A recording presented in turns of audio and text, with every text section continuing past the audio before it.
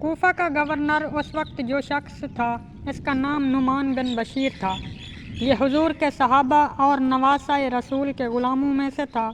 وہ اگرچہ حکومت کے ایک ذمہ دار عہدے پر فائز تھا لیکن اس کے دل میں اس عہدے کی محبت نہ تھی۔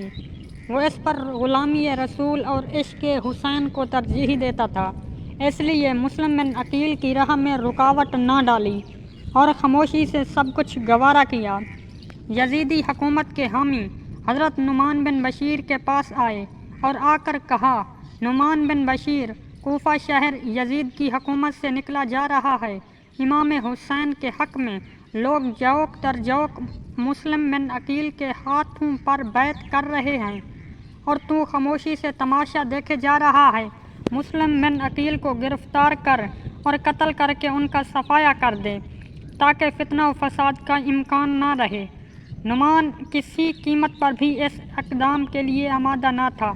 انہوں نے ٹالنے کی کوشش کی، فرمایا، مسلم بن عقیل نے چونکہ بیعت خفیہ لی ہے تو یہ مناسب نہیں کہ علی الاعلان انہیں گرفتار کروں، میں بھی خفیہ طور پر کچھ اقدام کروں گا۔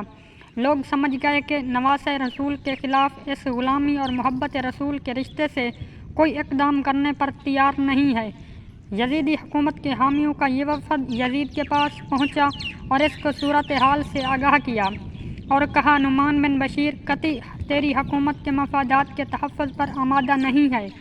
امام حسین کی آمد ہے اور لوگ مسلم بن عقیل کے ہاتھ پر جوق در جوق بیعت کر رہے ہیں۔ کوفہ اور بصرہ بھی تیرے اقتدار سے نکل جانے کو ہے، تو فوراً اس کے لیے کوئی بندوبست کر۔ یزید نے اپنے ایک خاندانی غلام کو بلایا۔ یہ حضرت امیر معاویہ کا معتمد غلام تھا۔ یزید نے اس کی گود میں پرورش پائی تھی اور یہ اس کے خاندان کا رازدار تھا۔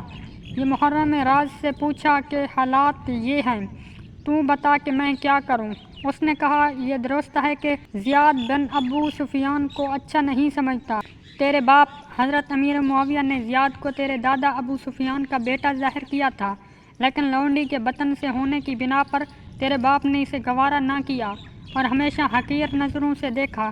پھر جب تیری تخت نشینی کا وقت آیا تو زیاد بن ابو سفیان نے تیری تخت نشینی کی بھی مخالفت کی، تو اس کی وجہ سے بھی اسے اچھا نہیں سمجھتا اور اس کے بیٹے عبید اللہ ابن زیاد کو بھی اسی نسبت سے برا جانتا ہے۔ لیکن میری رائے یہ ہے کہ اس آڑے وقت میں جس طرح عبید اللہ ابن زیاد تیرے کام آ سکتا ہے اور اس فتنہ و سازش کو جس طرح وہ کچل سکتا ہے، کوئی اور اس مہم کو کامیابی سے سار نہیں کر سکتا۔ تو فوراً کوفہ اور بصرہ کی حکومت عبید اللہ ابن زیاد کو سپرد کر دے اور نعمان بن بشیر کو معزول کر دے تاکہ ابن زیاد اپنی سخت پالیسی کی وجہ سے اس سازش کو کچل دے۔ یزید کو یہ مشورہ پسند آیا۔ اس نے فوری خط کے ذریعے نعمان بن بشیر کو معزول کر دیا اور عبید اللہ بن زیاد کو گورنر مقرر کر دیا۔ ابن زیاد بصرہ کا گورنر تھا۔ کوفہ میں شیعان علی کو حسین کا زور توڑنے کے لیے یزید نے اسے کوفہ کا بھی گورنر بنا دیا اور حکم نامہ بھیجا کہ فوراً کوفہ پہنچ کر وہاں کے حالات کو قابو میں لاؤ۔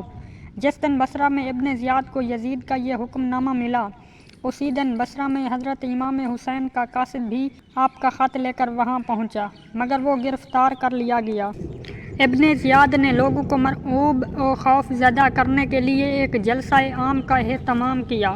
جب لوگ اکٹھے ہو گئے تو گرجا، اے لوگو، مجھے پہچاننے کی کوشش کرو، میں خون خوار صفاق کا بیٹا ہوں، ایک ظالم و جابر اور قتل و غارت سے دریغ نہ کرنے والے کا بیٹا ہوں۔ میرا باپ صفاق تھا اور میں بھی صفاق ہوں۔ جو شخص یزید کی بیعت اور حکومت سے روگردانی کرے گا اور امام حسین اور مسلم بن عقیل کی بیعت کرے گا، میں اس کے ٹکڑے ٹکڑے کر دوں گا، اس کو تباہ و برباد کر کے رکھ دوں گا، صفحہ ہستی سے مٹا دوں گا۔ خبردار، سر دست میں شہر بصرہ اپنے بھائی کے سپرد کر کے جا رہا ہوں تاکہ مسلم بن عقیل کا صفایا کر سکوں، اور تمہیں تنبیہ کیے جا رہا ہوں کہ یہ یزید کی بیعت سے کوئی شخص انکار نہ کرے ورنہ اس کے حق میں اچھا نہیں ہوگا۔ پھر اس نے قاصد کو بلایا جو امام حسین کا خط لے کر آیا تھا۔ مجمع عام میں کھڑا ہو کر تلوار بے نیام کر کے اس قاصد کا سر قلم کر دیا اور خود کوفہ کی طرف روانہ ہو گیا۔ جب وہ کوفہ پہنچا تو اس کے پاس 500 آدمیوں کا لشکر تھا۔ قادسیہ کے مقام پر باقی لوگوں کو چھوڑ کر 100 افراد کو ساتھ لیا اور اپنا لباس اتار کر مجازی لباس پہنا، چہرہ کپڑے میں چھپا لیا تاکہ لوگوں کو مغالطہ ہو کہ امام حسین آ گئے ہیں۔ پھر وہ مغرب اور عشاء کے درمیان کوفہ میں داخل ہوا تو اس وقت لوگ اس چشم و چراغ نواسۂ رسول امام حسین کی آمد کے منتظر تھے اور حسرت بھری نگاہوں سے ان کی راہ دیکھ رہے تھے۔ جب شام کے اندھیرے میں عبید اللہ ابن زیاد چہرے پر کپڑا ڈالے آیا تو لوگ غلط فہمی کا شکار ہو گئے۔ انہوں نے سمجھا کہ شاید حسین ابن علی آ گئے ہیں۔ وہ جوک در جوک اس کے پاس آنے لگے۔ کوفہ کی گلی کوچوں میں آوازیں بلند ہوئیں، اے رسول پاک کے پیارے بیٹے حسین، آپ کی آمد مبارک ہو۔ ہر طرف شور و غل پیدا ہو گیا، حتیٰ کہ نعمان بن بشیر رضی اللہ عنہ نے بھی سمجھا کہ امام حسین آ گئے ہیں۔ نعمان کو یہ پتہ چل چکا تھا کہ یزید ان کے قتل کے در پہ ہو چکا ہے اور حالات ناسازگار ہو گئے ہیں، اور کوفیوں کی حالت کا بھی انہیں علم تھا۔ جب عبید اللہ ابن زیاد سیدھا نعمان بن بشیر کے محل پر پہنچا تو آپ نے قلعہ کا دروازہ بند کر لیا اور اوپر سے آواز دی، اے حسین ابن علی، تجھ پر سلام ہو، رات کا وقت ہے، میری فوج قلعے کے اندر ہے، مجھے حالات کی ناسازگاری کا علم ہے، آپ خدا را کوفہ چھوڑ کر مدینے چلے جائیے، یہاں کے حالات سازگار نہیں ہیں، لوگوں کے دل آپ کے ساتھ ہیں لیکن تلواریں یزید کے ساتھ ہیں، اور میں یہ نہیں چاہتا کہ میری حکومت میں آپ کا سر اقدس قلم ہو جائے، آپ خاموشی سے واپس چلے جائیے۔